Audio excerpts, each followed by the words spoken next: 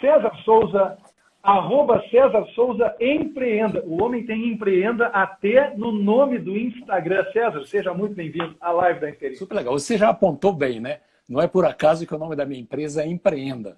A empresa foi fundada no ano de 2000, estamos fazendo 20 anos agora, junto com 2 outros sócios aqui em São Paulo. E o nome é Empreenda, não é César Souza Consulting, não é nada assim, é Empreenda. É um imperativo, a gente já está dizendo aqui é que viemos. Isso vale, essa conversa de hoje vale não só para líderes que têm um bom número de colaboradores, né, liderados, mas vale para quem trabalha sozinho, que tem que liderar a própria vida e conduzir ela da melhor forma nesse momento, né? Com certeza. Inclusive, quem é numa família, né, a liderança começa dentro da família, na comunidade, no condomínio que você vive, na igreja, no clube que você frequenta, dentro de uma empresa também, ou seja, a liderança não é um cargo, né? A liderança é uma atitude de vida. E mais recentemente eu publiquei esse livro, Seja o Líder que o Momento Exige. Tem 2 anos e meio que eu publiquei esse livro. Realmente eu acho que foi até um título premonitório, né? Seja o líder que o momento exige. Porque o momento está exigindo um líder diferente, um tipo de líder diferente daquele que era o líder do passado. Muitos líderes estão atuando ainda para uma realidade que já não existe mais. E essa nova realidade agora, especialmente a partir deste ano, com essa crise que chegou aí, que está afetando a vida de todos, realmente é importante a gente ser o líder que o momento existe. Então, olha, veja só, realmente é redundante dizer que nós estamos vivendo um tempo de crise, mas eu diria que é uma tempestade que nós estamos atravessando, né? Essa tempestade está transformando realmente a vida das empresas, está tirando o sono da grande maioria dos líderes empresariais. Eu trabalho com vários líderes empresariais aqui no Brasil, eu sempre pergunto a ele o que é que está tirando o seu sono. E isso realmente, nesse momento, essa crise está tirando o sono de muita gente. Mas o que eu quero salientar é o seguinte, o coronavírus não veio sozinho. Muita gente está assim, busca o culpado do coronavírus, não. Acho que o coronavírus apenas acelerou um processo de uma transformação tecnológica disruptiva que já estava em curso e que estava promovendo severas mudanças. Quer dizer, nós já tínhamos um projeto de mudança aí, um processo de mudança disruptivo muito sério com as mudanças tecnológicas, que estava fazendo essas mudanças na natureza do modelo de negócios, no ritmo dos fatos empresariais, nas relações sociais e trabalhistas, na imprevisibilidade, volatilidade das situações, nos espaços de trabalho, né, que já existia o coworking, algum tipo de homework, apenas foi acelerado agora, né, que agora está muito mais fragmentado nesses escritórios, nos hábitos de compra e consumo dos clientes, que a gente já viu muita coisa mudando nos hábitos de compra e consumo dos clientes. E eu quero chamar a atenção, Gustavo, de uma filosofia muito importante, uma filosofia de compartilhamento que começou a preponderar sobre a necessidade de posse de bens, né? Como a gente sabe no caso dos automóveis, dos imóveis, de utensílios e equipamentos. Quer dizer que o apartamento tem que ser meu, o carro tem que ser meu, o laptop tem que ser meu. Hoje você precisa ter o acesso. E essa uberização de tudo, vamos dizer assim, já vinha acontecendo e tirando o sono de muitos executivos, muitos empresários. Então eu quero dizer o seguinte, o coronavírus foi como se fosse um tsunami, um vento que passou e potencializou uma série de mudanças que já estavam em curso e transformaram essa tempestade realmente numa coisa muito mais complexa. Ou seja, não se trata apenas de combater um vírus ou um aspecto da doença, se trata de um processo de mudança intenso que já estava acontecendo no modelo de negócio das empresas, no comportamento dos consumidores, nas relações trabalhistas, na liderança, na forma, né, com várias gerações ao mesmo tempo trabalhando numa empresa, que já estava numa situação potencialmente complexa. O coronavírus veio como aquela ventania que passa e potencializa a tempestade. Essa é a minha forma de encarar. Então, agora, nenhuma transformação quanto essa que eu falei foi tão intensa quanto na liderança. Quer dizer, o que está em jogo é o seguinte, o que eu vejo? O perfil, as competências, as habilidades, as atitudes do líder, que esse momento de crise está a exigir, mudou muito. Quer dizer, o líder, eu diria que assim, o mundo vai ser dividido em ACV e DCV. ACV assim, é antes do coronavírus. E o DCV é o depois do coronavírus, né? É um momento assim, um turning point, é um momento decisivo de virada. Mais do que nunca está evidente assim, que não existe um tipo ideal de liderança. Isso é que eu acho muito importante a gente perceber, entendeu? Essa transformação está intensa, temos um novo perfil, novas competências, novas habilidades. Os líderes têm que entender que precisam desaprender muita coisa e reaprender. E aprender de novo muitas coisas, um novo perfil, uma nova forma. Porque, por exemplo, eu me lembro assim, falando aí do ano passado, não estou nem falando de anos atrás, alguns meses atrás, líderes brilhantes em tempos de abundância, que agora, em março, parecem perdidos no momento de restrição de recursos.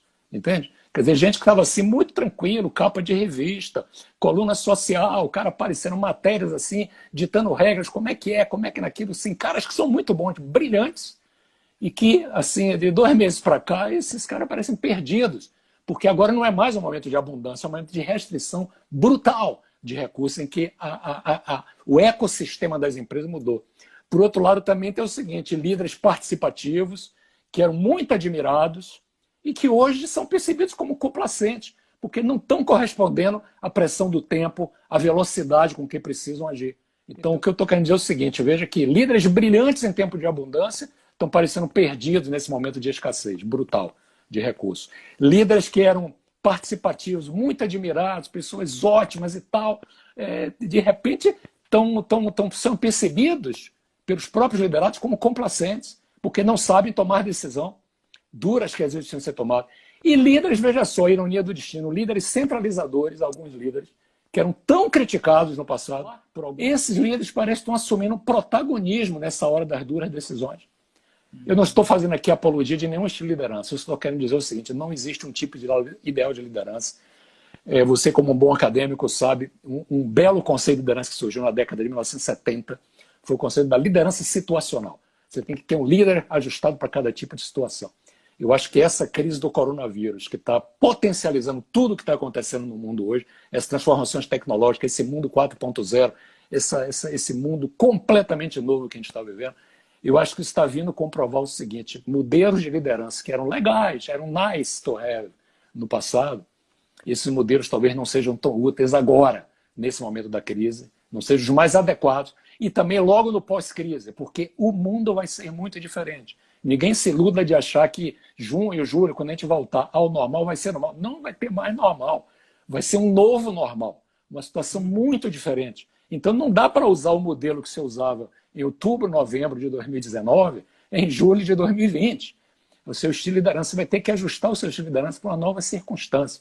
Esse é um dos recados principais que eu quero dar. Nós temos que desaprender muita coisa e reaprender muita coisa. Então é tempo realmente de investir na sua capacitação pessoal e na capacitação dos seus liderados, da sua equipe, para aprender a ser uma equipe de alta performance numa nova régua. Né? Então o líder tem que entender isso, ele tem que entender e administrar o seu próprio estilo, por isso que exige realmente uma competência muito grande, a competência da autoliderança, autocomum, de liderar a si próprio, de acordo com as circunstâncias. Eu estou num momento mais tranquilo, estou num momento de abundância, eu me permito, eu tenho tempo para discutir, me permito um certo tipo de coisa. Eu estou num momento realmente de crise, que a casa está pegando fogo, a cozinha está pegando fogo, eu não posso estar na sala de jantar discutindo com o pessoal o tamanho, a altura da grama do jardim, tá certo? Se a cozinha está pegando fogo, eu tenho que apagar o fogo. Eu não posso estar discutindo na sala de jantar. Aqui na hora do Titanic, você lembra? O barco afundando lá, já tinha batido lá no iceberg, e os caras estão lá discutindo, tocando violino, tocando violino e como tacinha de champanhe e punhos de renda tocando. Esse que o líder tem que entender. Na hora da crise tem que ter um comportamento. Na hora que as coisas estão mais tranquilas, que tem tempo, e tempo é um fator decisivo no estilo do líder. A outra coisa é o nível de maturidade dos seus liderados. Quer dizer, se eu tenho liderados que estão em um certo nível de maturidade, que têm autonomia, que sabem fazer, eu tenho que delegar bastante. Se eu tenho liderados que no nível de maturidade profissional não é tão alto, eu não posso delegar tanto, que aí eu posso estar pondo em risco a vida da empresa, aquela decisão dos negócios. Você tem que entender, assim, crise, a circunstância que você está vivendo, nível de maturidade, o tempo disponível para poder você ajustar o seu estilo. E os bons líderes são aqueles que transitam com naturalidade de um estilo para outro. Não é esquizofrênico, não, ele transita. Ele consegue se ajustar e consegue ser um piloto, tanto na hora do inverno quanto na hora do verão. Eu acho que isso, usando a roupa adequada, eu estou usando a roupa aqui na forma metafórica, usando os instrumentos, as ferramentas, o estilo de comunicar adequado para aquela situação que está vivendo. Eu vejo muitos líderes ainda apegados a dogmas, a princípios, a ideias e práticas para uma realidade que já não existe mais. Tem muito programa de liderança aí, inclusive, ensinando coisas para uma realidade que já não existe mais e vai ser muito diferente ainda. E eu vejo que está evidenciada assim, uma grande discrepância entre o discurso e a prática. Em muitos casos, o coração do líder ainda está preso ao passado, nostálgico, apesar de eles tentarem usar uma linguagem modernizante. Então eles tentam usar uma linguagem assim, uma roupagem mais moderna, mas estão com o coração preso no passado. É um momento de ruptura. A ruptura do ambiente que a gente está vivendo está exigindo uma ruptura na forma de pensar sobre a liderança, na forma de pensar e no exercício da liderança. Eu acho que isso, a gente vê, por exemplo, eu vejo algumas questões hoje muito claras com essa experiência do confinamento que a gente tem. Então, primeira questão é assim, como é que a gente gerencia equipes à distância? Não me pergunte que eu também não sei, não tenho a fórmula. Tem ideias. Já ouvi algumas, já dei sugestões, eu próprio estou trabalhando em casa, gerenciando a equipe à distância. Não é fácil. Como inspirar valores? Que um dos papéis do líder é inspirar valores. Como é que eu inspiro valores quando o acesso a todo tipo de informação parece ilimitado? Quando você tem... como é que você educa filhos, por exemplo, na era das fake news? Então, você tem um filho menor de idade, lendo coisas, como é que você educa, filho? Como é que você educa pelos valores quando você vê proliferando fake news aí? Não é só no mundo político, não. No mundo das marcas também. Eu vejo muitas fake news sobre marcas, boatos são espalhados sobre marcas, competidores tentando destruir outros com fake news. Como é que você conduz o destino da empresa quando todos os pilares parecem que estão sendo postos abaixo? Quando os clientes mudaram a forma de se comportar. Então, o que eu quero chamar a atenção é o seguinte, a curto prazo, meus amigos, as últimas 2 semanas, o papel do líder tem sido um gerenciador de crise, de emergência. É o Chief Emergency Officer. Acho que você foi brilhante que esse amigo meu colocou. O Chief Emergency Officer. Daqui a pouco, essas próximas semanas, 3, 4, vai ser a governança da crise. Eu tenho que organizar isso de uma forma mais estruturada, com comitês de crise, etc. e tal. Terceiro momento, a partir de maio, vai ser reflexão estratégica. Aí nós vamos ter que começar a pensar como vai ser o futuro da minha empresa? Como é que eu vou chegar ao fim do ano? Como é que eu vou chegar em 2021 e 2022? Que novos negócios eu preciso montar? Eu posso montar? O que é que essa crise me trouxe de luzes? O que é que eu estava fazendo errado que eu estou em tempo de corrigir? Tanto em termos da minha estruturação interna, quanto em termos dos negócios do produto, linhas de produtos novos que eu vou poder. Então eu estou assim, eu tenho um otimismo cauteloso, mas eu tenho um otimismo saudável sobre esse futuro. A gente está sofrendo muito, todos nós, eu também.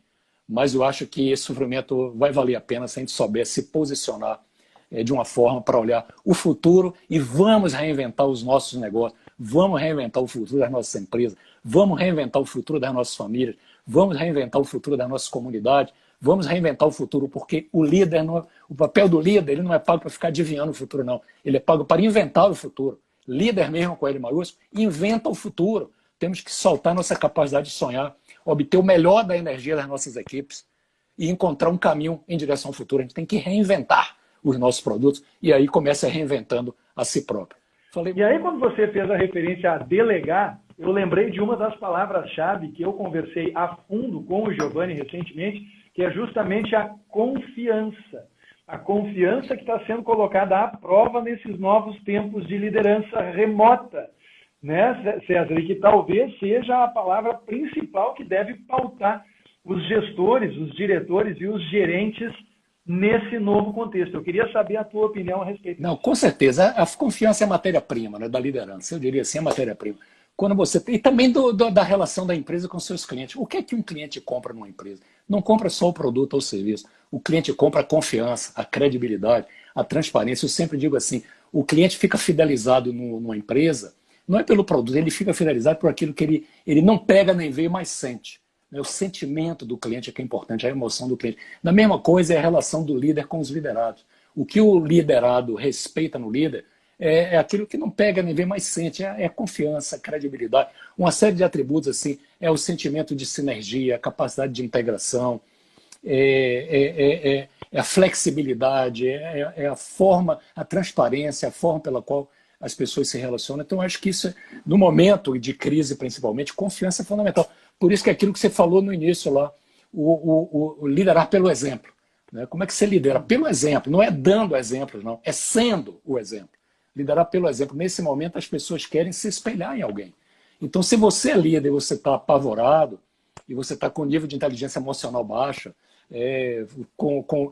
isso vai gerar uma onda negativa dentro do seu negócio, dentro da sua empresa. Se você é um líder que está com certo grau de otimismo, inventando o futuro, você está pensando, está desenvolvendo confiança, e esse que eu chamo, entre aspas, otimismo saudável, eu acho que as pessoas tendem a entrar nessa vibe, nessa onda. Então, confiança, para mim, é fundamental. Um conjunto de atitudes como determinação, perseverança, criatividade, confiança, transparência, integridade, nesse momento, é fundamental.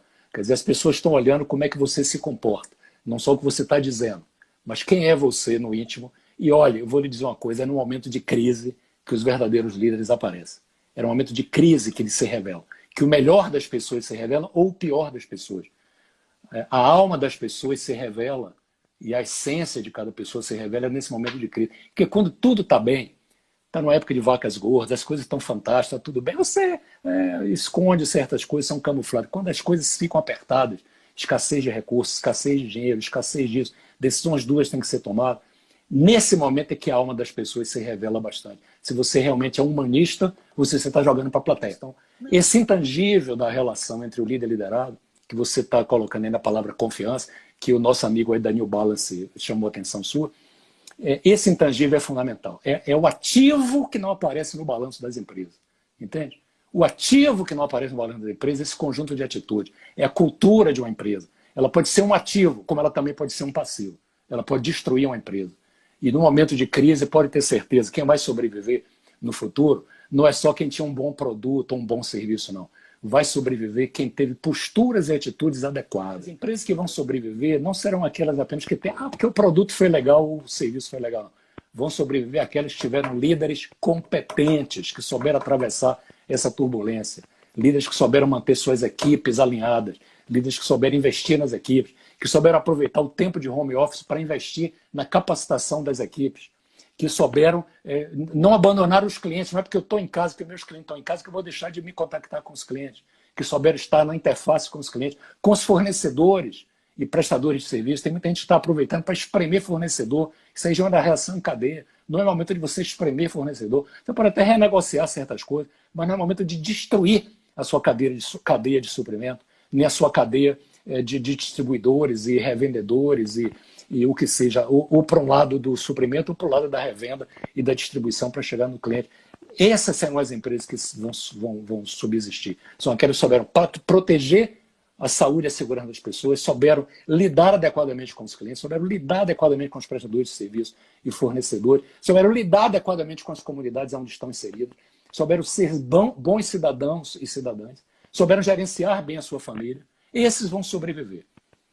As outras podem ter um bom produto, mas nada resiste a esse intangível. Esse intangível, repito aqui, a cultura de uma empresa, a cultura de um líder, as atitudes de um líder são o ativo ou o passivo que não aparece no balanço de uma empresa.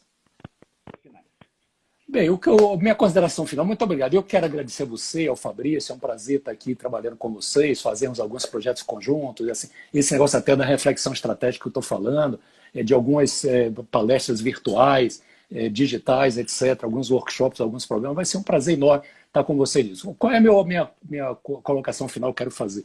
Vou voltar ao tema da atitude, esse ativo intangível. Não é hora do líder se esconder, isso é que eu quero dizer já com clareza. Não é hora de jogar a toalha, não é hora de fingir que não é com você, não é hora do auto-engano, do negacionismo, de negar a realidade que está acontecendo aí. Chegou a hora de assumir o protagonismo. Líder, seja protagonista, seja o líder que o momento exige. Inove, lidere pelo exemplo, tenha um grau de otimismo saudável, tenha energia para combater as coisas e para fazer com que as coisas aconteçam. Tenha coragem, determinação, perseverança, velocidade, que é fundamental. Velocidade, não dá para ficar esperando para amanhã, depois de amanhã, tem que ter velocidade, tá exigindo uma coisa assim. E a paixão para comprometer as equipes com as mudanças que serão necessárias.